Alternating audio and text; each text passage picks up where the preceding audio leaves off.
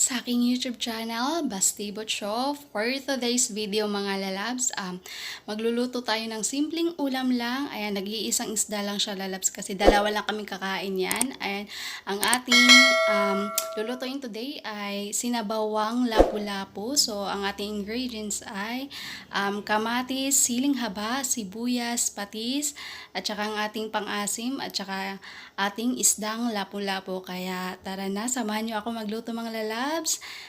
Let's go!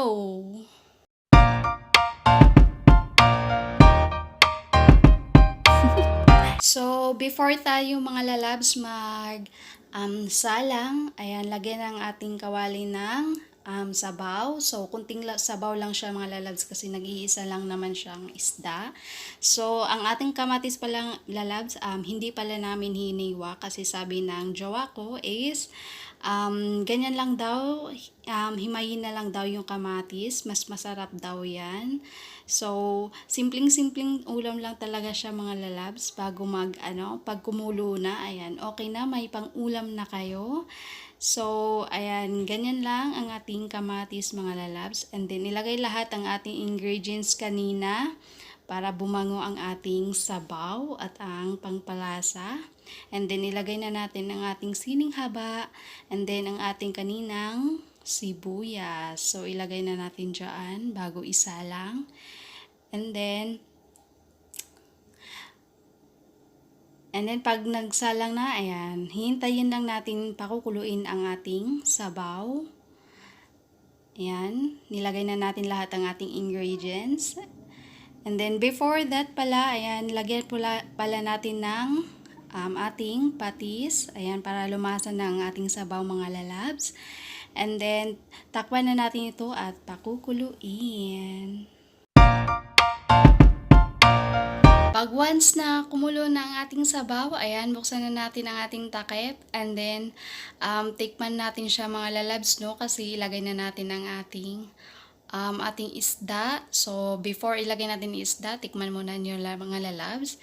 And then, ayan, okay na yung ating isda. And then, ilagay na natin dyan. Ayan. And then, pakukuluin natin ulit ito mga lalabs. At takpan.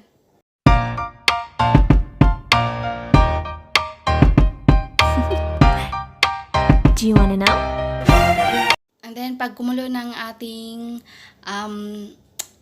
ating sabaw, ayan, isunod natin gagawin ay ayan, malapit na siya maluto mga lalabs, no? Ilagay na natin ang ating pang-asim, ayan.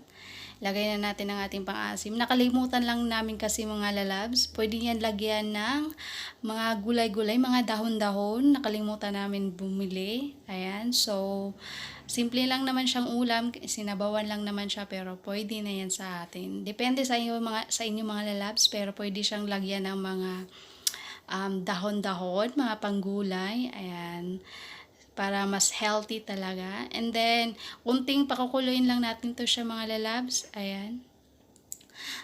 Luto na siya. I-melted lang natin ang ating nilagay nating pang-asim. And then, takpan. So, luto na ang ating sinabawang lapu-lapu. Ayan. And then, hanguin na natin siya mga lalabs para hindi siya masyadong madurog na. And then, thank you for watching. Kung hindi ka pa nakasubscribe sa aking channel, subscribe mo na ako and click notification bell for more videos. Bye-bye! Ingat! Salamat sa pagpunta. Admin members, walang sawang sumusuporta sa aking channel. Thank you! Have a nice day, mga lalabs ko. Bye-bye!